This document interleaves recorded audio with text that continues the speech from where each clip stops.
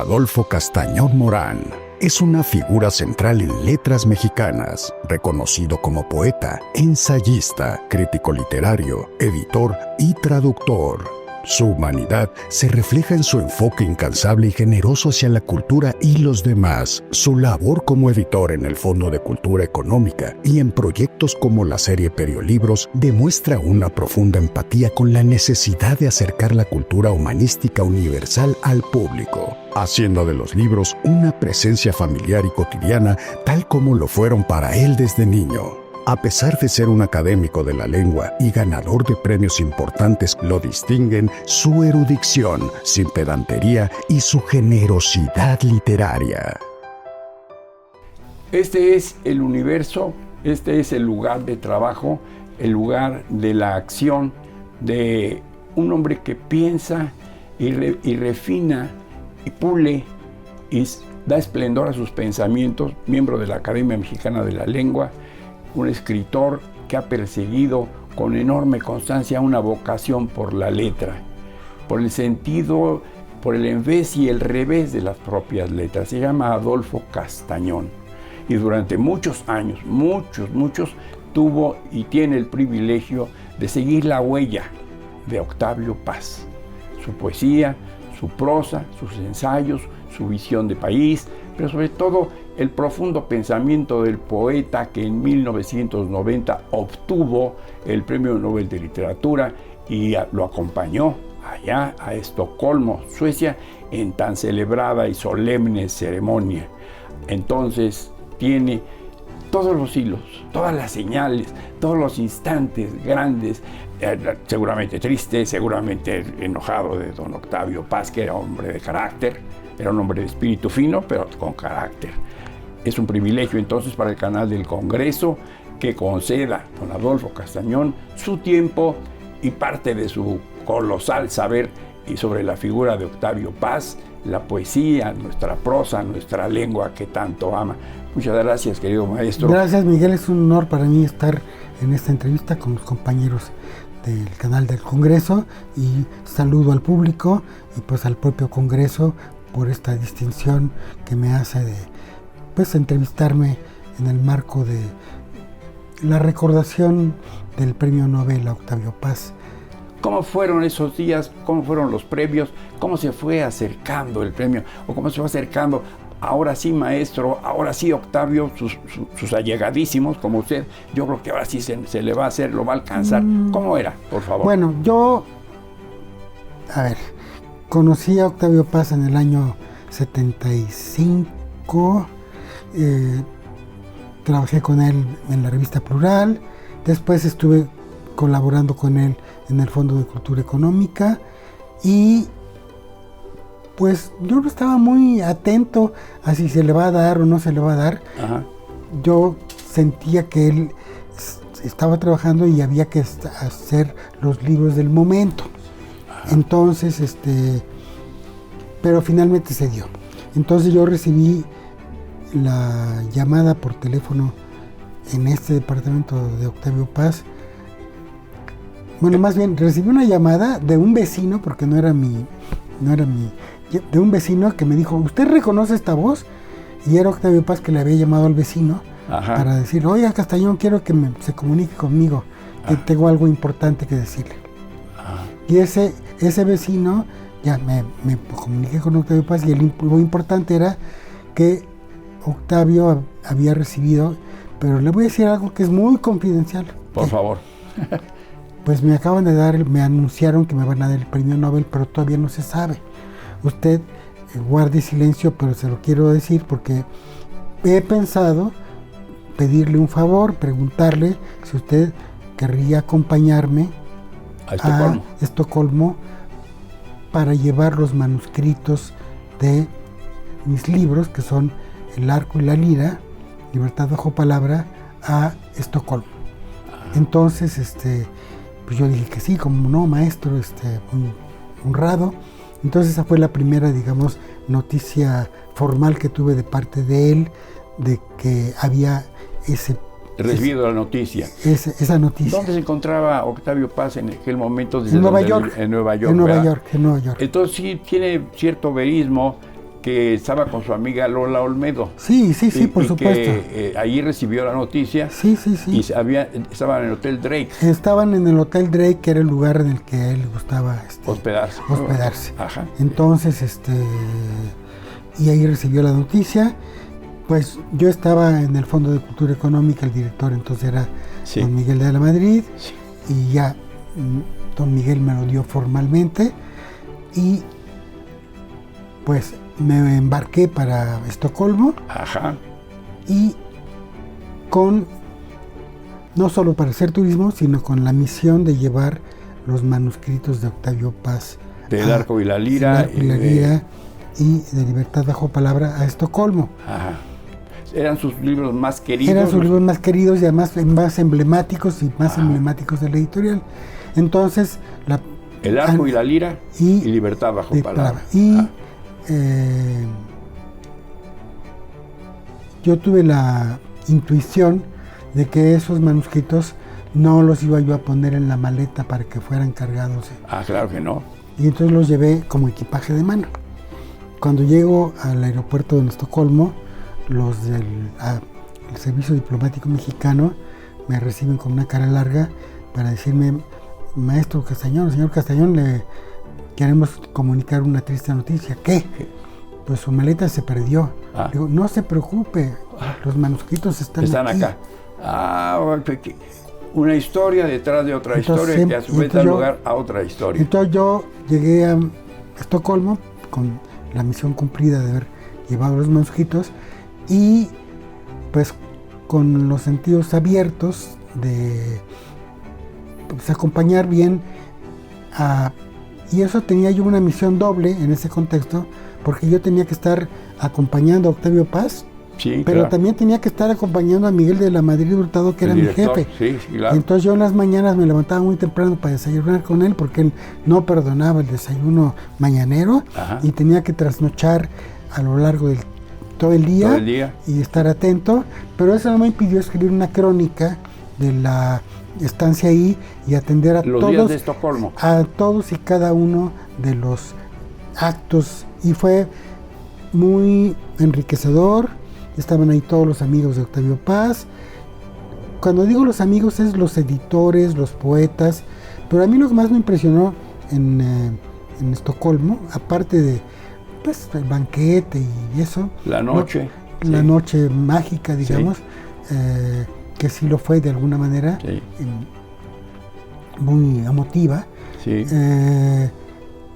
¿Por qué mágica? Porque para Suecia el premio Nobel no es cualquier cosa, es un momento en el que toda la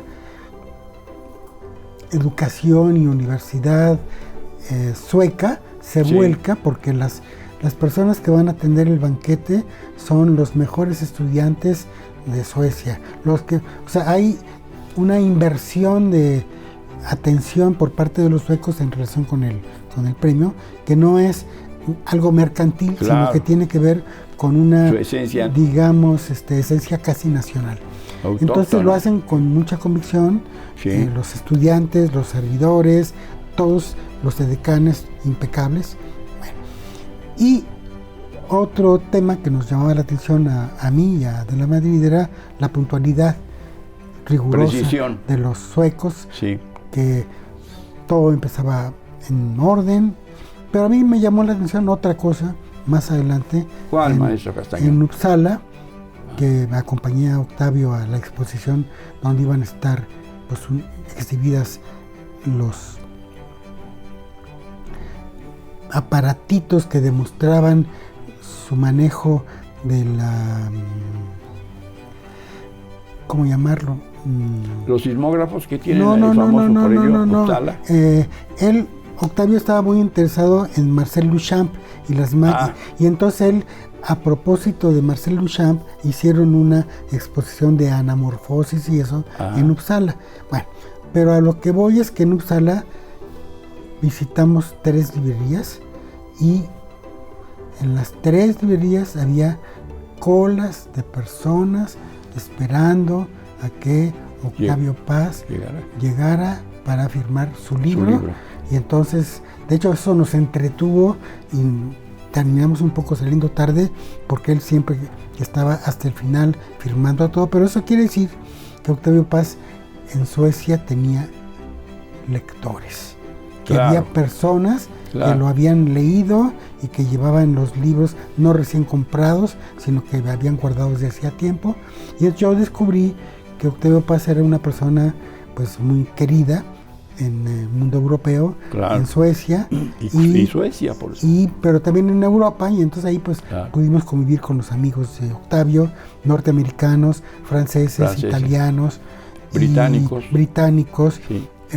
españoles, y bueno, pues fue un momento muy interesante, muy emotivo. Dentro de los... Me tocó estar en la representación Ah, de la hija de Rappaccini que sí. dieron los estudiantes en Estocolmo, en sueco. Eso data del tiempo el tiempo de poesía en voz alta que se Sí, hizo con al Juan final Soriano. al final de poesía en voz alta, Sí. Octavio redacta, hace su pieza de teatro en francés y después en español y después en francés, La hija de Rappaccini, en el marco, digamos, de su desprendimiento, yo creo. Eso ya es una interpretación de su separación de Elena Garro, Ajá. porque lo que está dentro de el drama de Rappaccini es un drama que tiene que ver con el amor, la muerte y el envenenamiento. Bueno, pero a lo que voy es que yo llego a la puesta en escena. Obviamente no sabía yo sueco, Ajá. pero me llamó mucho la atención cómo el idioma español escrito por Octavio Paz en sus versos había pasado limpiamente en su musicalidad al sueco. Yo no, Algo muy difícil yo de no, lograr. no sé sueco, pero sí tengo un oído musical y sé que de alguna manera eso pasó. Entonces, ¿por qué los estudiantes habían puesto, y con esa oportunidad, La hija de Rappaccini? Pues resulta que esos estudiantes habían estado estudiando desde hacía 2 años en la obra de Paz, y de casualidad resultó que a sus esfuerzos en relación con estudiar a Paz los premió la Academia Sueca, y entonces le dieron el premio a Paz. Entonces ellos, el propio gobierno sueco, dijeron: no, pues Aprovechar. ustedes no vayan a hacer su puesta de teatro en su escuelita, ustedes se vienen aquí al teatro principal, Sí. y hacen la escenografía. Representación. Y ahí estuvimos pues algunos de los invitados de Octavio, y eso me permitió, después de esa magnífica Jornada. de ese momento, ir a una pequeña cena privada con Octavio y los actores y director de la pieza, porque yo tenía derecho de pasaporte para todas partes. Y entonces ahí me tocó, es una de las pocas veces que yo escuché a Octavio cantar alguna música mexicana popular en español, a una entrevista, a petición de alguien que le dijo: oye, ¿usted no se acuerda de la música que escuchaba su mamá o no sé qué? Entonces él se puso a cantar. No me acuerdo ahorita qué canción popular dijo o recitó Octavio Paz, pero tengo esta memoria de que él tenía mucha fervor por esa pregunta, y le dijo: señorita, no sabe cuánto le agradezco que me esté usted preguntando esto. Claro. Y ahí le va la canción. Entonces fue una noche muy hermosa, muy bonita, y al día siguiente había que estar de nuevo puntualmente yo con Miguel de la Madrid, hablando de otras cosas. Entonces fue un momento muy intenso, y siempre yo tenía mi cuadernito donde iba yo anotando los episodios del día, para que el día de pasado mañana pudiera yo pues asentar esa crónica que está ahí en el libro ese. Entonces pues fue un momento muy importante. Ese momento del premio Nobel no se quedó de alguna manera aislado en el tiempo, porque en ese momento se dio el nacimiento del proyecto de las obras completas de Octavio Paz. Exacto. Con círculos de lectores, y entonces ahí conocí yo al editor alemán Hans Meinke, y se habló del proceso, del proyecto de las obras completas de Octavio Paz. Ya lo traían en mente, ¿no? Ayer cuando las sombras de obras, creo que él ya traía, su prólogo. El primero que le habla a Octavio Paz de hacer unas obras completas es Arnaldo Orfila. Y digamos 15 años antes. Pero Paz como que le dice, no, eso déjelo para después. Está ahí en la correspondencia que yo ya también anoté, que anda por aquí, que publicó Siglo XXI, de Octavio Paz con Arnaldo Orfila. Déjalo para después, lo vamos a ver después. Pero sí, Octavio traía esa idea de cómo formular a lo largo del tiempo, en el curso del tiempo, su obra. ¿Cómo nace la devoción de usted, el interés, la preocupación, el ansia de penetrar, de entender a Octavio Paz, su intensa obra, su decir? Bueno, yo creo que fue pues algo, no sé, semiconsciente, pero también como que yo reconocí en Octavio Paz una figura pues luminosa intelectualmente, y no solo intelectualmente sino también poéticamente. Entonces yo soy hijo de Jesús Castañón Rodríguez, un editor del Boletín Bibliográfico de la Secretaría de Hacienda. Yo me crié entre libros, conocí a Andrés Enestrosa, a José Rogelio Álvarez, a Moisés González Navarro, a Ralph Reder, a muchas personas, digamos, de la inteligencia mexicana, y los libros de Octavio Paz y de Carlos Fuentes y de Alfonso Reyes estaban en la casa, o sea, en la casa de mi papá. Entonces, y a Luis Espota también, bueno, algunos de los grandes a Ricardo Garibay, algunos de los grandes protagonistas de la cultura mexicana. Y Pita también, que era muy amiga de Pita Amor. Pita Amor que era también, muy su amiga, igual que Juan Soriano, ahí en la calle de Duero 52. Pero total que en la casa de mi padre debo haber encontrado obras de Paz que me llamaron la atención, y yo hice un viaje que duró un año, y a Europa, Medio Oriente, que no me pagaron nada, sino que me lo pagué yo. Conocí la guerra en Israel durante Yom Kippur. El viaje me lo financié con un libro que yo había escrito. En 67 más o menos, ¿no? En 73. Bueno, entonces al regreso de ese viaje, yo conocí a Octavio y... ¿Qué había estudiado usted, maestro? Yo empecé a estudiar letras, lingüística en la Facultad de Filosofía y Letras. Había estudiado inglés y francés, y cuando regresé ya no pude, seguir formalmente mis estudios académicos, aunque nunca he dejado de estudiar, estar amarrado de alguna manera a la academia. Pero quiero regresar al encuentro con Octavio Paz. Por favor. Que ya él cuando yo me fui de viaje, ya había iniciado Plural, y cuando regreso tuve la fortuna, y eso fue muy importante, que un amigo de la Facultad de Filosofía y Letras, Armando Pereira, que corregía la revista Plural, me dijo, ya no quiero trabajar en Plural, te quiero dejar a ti el trabajo. Y entonces yo fui a trabajar a Plural, y justamente la foto que estoy ahí viendo a Octavio con De la Colina, Juan García Ponce, Casulla, están enseñando el primer número en el que yo colaboré. Todos en derredor de Octavio Paz. Todos junto a Octavio Paz. Y alrededor también de Juan García Ponce y este es el grupo compacto, digamos. Faltaba Elizondo, yo creo, ahí, ¿no? ¿No está Salvador Elizondo? Está junto a Juan. Salvador Elizondo. Salvador Elizondo. Fantástico. Entonces, de hecho, muchos de ellos habían sido mis maestros en la Facultad de Filosofía y Letras. Juan, Salvador Elizondo. A Pepe de la Comunidad también lo conocí antes en la prepa, porque había sido amigo él de Enrique Latorre, hermano de Antonio Latorre. O sea que yo prácticamente conocía a todos. Claro. Y los fui conociendo cada vez más. Y en cierto modo, la amistad con Octavio también se,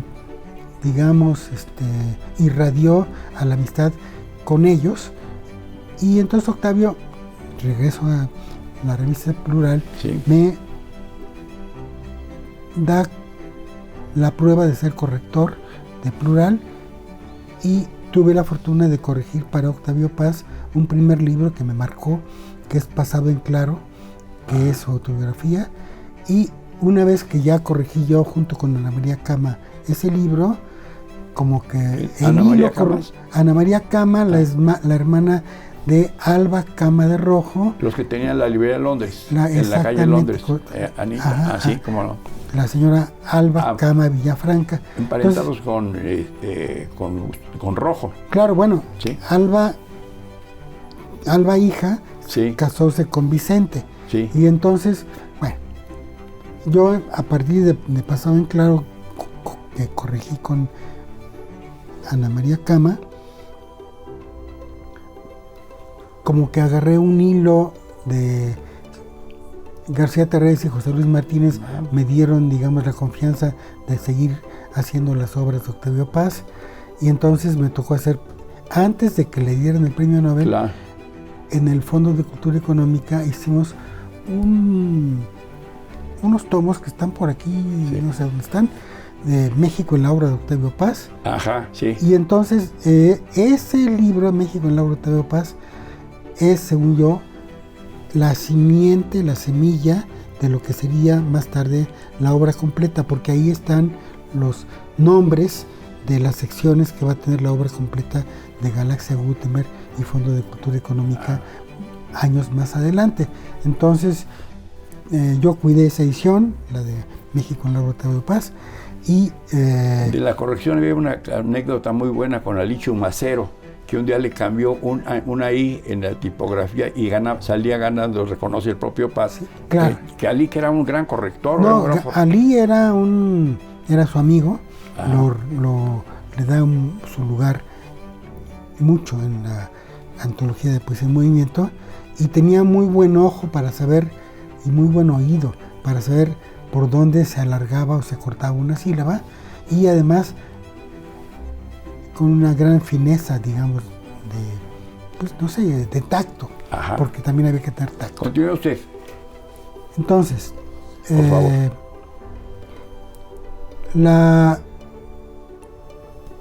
Decía yo que el momento de Estocolmo se fue alargando a lo largo del tiempo con la edición de las obras completas de Fondo de Cultura Económica, cuyo último volumen yo me tocó hacer, ya fallecido con Octavio, pero yo seguí trabajando sobre Octavio.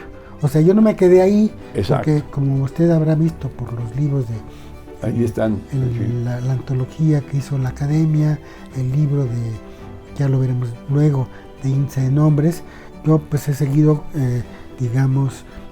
Todos cuestan mucho trabajo. Sí. Escribir o hacer un directorio como este que tiene usted. Bueno, este es mi libro de crónica. No, ese es de Sheridan. No, el otro. Ese. Con mucho gusto, maestro. Sí, pues este es un libro que duró como años de hacer. ¿Cuántos? Pues no sé, más de 10 años. Y un equipo de varias personas que estuvimos sincronizando para poder ver dónde estaba, en dónde estaba Diego Rivera citaba en las obras de Paz. Pues en todas estas veces. Pero no ¿Y en qué momentos? Y en qué momentos, claro. Y bueno. Pero todo eso yo lo hice después, y eso me ha dado a mí también digamos, sentido de apropiación de del sentido y del significado y del peso de la obra de Octavio Paz. Y en ese contexto yo pues estoy muy agradecido con la vida por haber podido tener esta oportunidad de seguirlo acompañando más allá de los compromisos oficiales o de los premios. Ajá. Y de tenerlo, digamos, en la mente. Voy a contar una anécdota última. Por favor. Es, cuando Octavio Paz, cuando mi padre falleció en el 91. Un año después. No, en México. Me habló Octavio Paz para darme las condolencias. Y yo llegué el día que me dio la condolencia muy temprano. no al día siguiente que falleció mi papá, sino al día siguiente del día siguiente. Y entonces tuvimos una larga conversación y aparte de darme la condolencia me dijo, pero yo le quería decir algo, Castañón. ¿Qué? Es que yo le tengo envidia. Lo admiro, pero le tengo envidia. ¿Y por qué me tiene usted envidia, Octavio? Es que usted sí se supo hacer amigo de su padre y yo no. Y entonces esa confesión, de alguna manera, trastocó, cambió nuestra forma de relación, nuestra geometría afectiva, y me permitió tener con él como una cercanía, una empatía que amarilló y bueno, que sabíamos por dónde andaban las cosas. Entonces, porque yo había sido amigo de mi papá. ¿Y por qué había sido amigo de mi papá? Porque yo había leído los libros de mi papá, los mismos libros que había leído mi papá, y me había peleado con mi papá sobre Carlos Fuentes, Octavio Paz, Espota, Garibay, etcétera, en los términos de la palabra, porque el punto es que la conversación entre los seres humanos y los ciudadanos se da a través de la palabra. Claro. Y la fragua de la humanidad se da en la palabra. Entonces, si no hay palabra, si no hay comercio de palabras, si no hay tráfico diálogo, de palabras, si no hay conversación, intercambio conversación, de palabras, claro. Conversión, o sea, conversión y conversación Sí. están reunidos, no hay comunicación. Y eso lo sabía muy bien Octavio, y por eso para él el tema de la política tenía una dignidad y una importancia que iba más allá de, digamos, el choque, y que tenía que ver con la articulación de las diferencias. Y esa articulación de las diferencias creo que es algo que en este momento nos hace falta tener conciencia mayor para tener a una persona como Octavio Paz como guía, para poder guiar nuestras diferencias y en una búsqueda de concordia más allá del abismo de la guerra.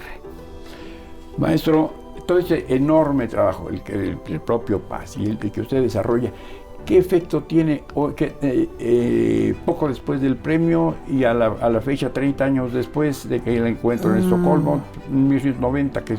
Bueno, yo creo que tiene un efecto, digamos, muy... Sí. Doble. Tiene un efecto doble. Por una parte hay una acción, pero sí, también hay una reacción. Claro. Hay personas a quienes el premio los desconcertó o los enojó. Ajá. Pero también creo que hay quienes nos entusiasmó, y quienes estamos del lado del entusiasmo tenemos que ir a oír, digamos, los rezongos de los que no están contentos para ver qué están diciendo y qué hay detrás de eso, para no perder el hilo del diálogo. Entonces yo creo que el tema es que una vez que se da la consagración o la explosión o el reconocimiento, hay que dar otro paso para ver cuáles son las raíces, los efectos, consecuencias, la trama de ese reconocimiento. Y pues de hecho todavía estamos en eso. Creo que México moderno le debe mucho a Octavio Paz. Le debe mucho a Octavio. Y estamos conscientes de esa deuda. Los niños que van a la escuela, o estudiantes de secundaria o de bachillerato. En parte sí, yo diría que en parte sí. Sí, o sea, cada niño que se sabe un poema de memoria de Octavio Paz es un señor consciente. Claro. Igual que lo puede saber, porque no hay que aislar a Octavio Paz solito. Octavio Paz forma parte de un conjunto donde están Sor Juana, Alfonso Reyes, López Velarde, Amado Nervo, Carlos Fuentes. O sea, él forma parte de un coro, y ese gran coro es el coro de la cultura mexicana contemporánea. León Portilla, aunque León Portilla es el traductor del náhuatl, pero bueno, que forma parte, digamos, de nuestra identidad. Y creo que mientras estemos mirándonos al espejo de nuestras palabras nativas, pues estaremos haciendo algo por el futuro. Desde luego, y hoy día el grupo, estos sobrevivientes, estos admiradores, o a lo mejor creciente ola en favor del maestro Octavio Paz, tienen planeado dado, se celebran más de 30 años de la recepción del premio. Bueno, yo no estoy adelante de ninguna revista ni de nada, sino simplemente no, pues lo tiene usted. Soy un testigo sí. Y voy viendo cómo se va desarrollando, pero creo que el futuro de Octavio Paz en términos editoriales es incierto. Y lo tengo que decir, porque tenemos... Incierto. Porque tenemos unos papeles de Octavio Paz que se están, digamos, estabilizando en la Casa de la Cultura Marilló y Octavio Paz. Allá en Carrillo Puerto. En Carrillo Puerto. Entonces, esto lleva años y ojalá que el día de mañana, pues esto, digamos, se frague y logremos sacar adelante ese... ¿Qué es lo que pretende todo este grupo? No, yo no represento a nadie. Yo estoy hablando por mí mismo. Lo único que digo es, yo tengo preocupación por eso que está, digamos, trabajándose ahí en relación con los papeles, manuscritos de Octavio Paz, más allá de lo que está publicado, porque lo que está publicado, pues está publicado. Y eso es otro devenir. ¿Dejó mucho inédito? Dejó, más que inéditos, dejó muchas cartas. Y esas son valiosísimas. Entonces, para tener, digamos, un ejemplo, hay una institución en México enormemente valiosa, que es la Capilla Alfonsina, que dirige el doctor Javier García Diego, donde están guardados todos los documentos, cartas de Alfonso Reyes con Marcel Batallón, Paul Morán, etc. Pues eso mismo nos hace falta con Octavio Paz. Entonces yo creo que una asignatura pendiente, más allá de las reediciones, es estar atentos a ese, pues, asignatura pendiente, aparte de leerlo y de rescatarlo críticamente y de discutirlo, y no solo a él, sino a las empresas que él fundó, como pueden ser la revista Plural, la revista Vuelta, y en ese sentido yo creo que hay un grupo de estudiosos como pueden ser Enrique Krause, Guillermo Sheridan, Christopher Domínguez, Malva Flores, Anthony Stanton, Fabien Bradou, Roger Bartra, Rodrigo Martínez Barax, que hemos estado, digamos, atentos a eso, y que no solo somos nosotros, sino que también lo hay en Hispanoamérica. Hay, digamos, algunos custodios de la memoria de Octavio Paz, en Puerto Rico Luce López Baralt, en España Fernando Sabater, que pues estamos con los ojos abiertos en relación con la memoria de Paz, pero también están los jóvenes. Hay muchos jóvenes que han leído con nuevos ojos a Octavio Paz, y eso pues es cosa de seguir la prensa y es cosa de estar atentos.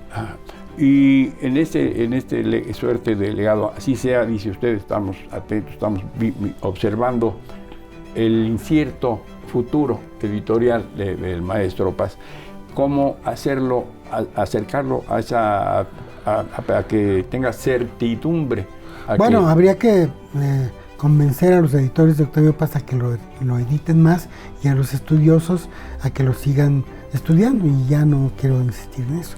Hay divulgadores que hay la posibilidad, por ejemplo, de una feria internacional de libro, dedicarla a Octavio Paz, renovarla, estimularla, ponerle... Bueno, habría que preguntarle a los editores y ¿se interesa? Si se interesan o no se interesan, y entonces yo ya no tengo, digamos, vela en ese entierro. Por ejemplo, ya nadie lee a Knut Hamsun. Bueno, no, pues es hambre. De hambre, pues alguna vez estaban también, salió a colación. Ya casi nadie lee a Camus, La Peste. No, a Camus lo leen muchas personas. Sí. Bueno, yo creo que hay que ser, digamos, Arnulfo, pues, no recibió el premio Nobel, pero pues es muy leído. Es muy leído, sí. Entonces, hay ediciones muy bonitas, ediciones, muy buenas. Sobre todo de... RM. Hay una bella edición. De Planeta. A mí Pedro Páramo no, pero los cuentos de la cuesta de las comadres y todo eso, son unos cuentos bellísimos, claro, no dejes que me maten, en fin. Y su habla, y tuve el privilegio el habla de...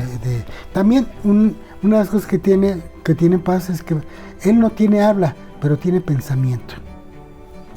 Y entonces el pensamiento de Octavio Paz es un pensamiento que atraviesa las fronteras y que se puede pensar. Hay que ver las traducciones de Octavio Paz al francés, al inglés, al alemán, que Octavio Paz no solo es de México, sino que también es del mundo. Está vivo, muy vivo. Yo digo que sí. Sí, no pues por todas sus ediciones en otras lenguas lo ponen ahí. Porque en japonés. También, sí, porque antes se le citaba hasta en los como, por ejemplo, Beatriz Paredes decía con gran reverencia, sí, claro, trozos enteros del pensamiento de Octavio Paz y su visión de México, etcétera. Y como que poco a poco se ha ido diluyendo, como que no lo tenemos tan presente. Pues, bueno, creo que Beatriz Paredes es una persona enormemente talentosa y valiosísima. Y creo que pues es cosa de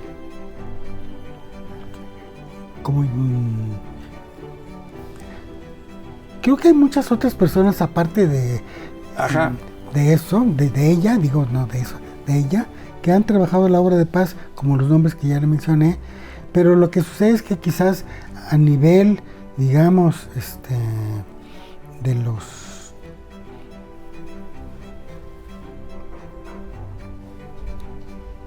portavoces de la democracia mexicana contemporánea, no hay tanta familiaridad con las obras de Octavio Paz. Puede ser, yo también. Eso yo digo.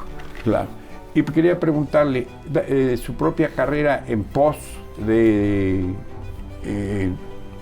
perfeccionar, corregir, dar mejor cauce a la obra del maestro Paz y su afecto hacia él, ¿no le hace sacrificado a su obra personal, maestro, la de usted, como que nos ofrece aquí, a veces prosa? Yo, aparte de eso, tengo una colección de poesía que mañana se va a presentar en María Bonilla, y claro. Entonces no he dejado de hacer poesía. Esta es solo una parte, y mi poesía está... Y esta es prosa. Esta es prosa, a veces prosa, pero tengo uno que se llama La Campana en el Tiempo, y ahí tengo poesía. ¿Cómo se llama? La Campana en el Tiempo. No traje aquí el libro. Sí. Y yo también me he dedicado a hacer ediciones de otros autores, como pueden ser, aparte de Alfonso Reyes, el más reciente que hice es una edición de Westphalen, otra de Elvira Gascón. O sea, yo he hecho muchas ediciones de otras personas. ¿No sacrifica su carrera o por su vocación de ser un hombre de letras? Bueno, yo, ¿cómo decir? No estoy tan enamorado de mi primera persona, pero el hecho de que dé yo mi trabajo al otro no quiere decir que descuide yo el propio mío. Por ahí hay un libro, ¿sí? Es el que está, el gordo que está atrás, es ese.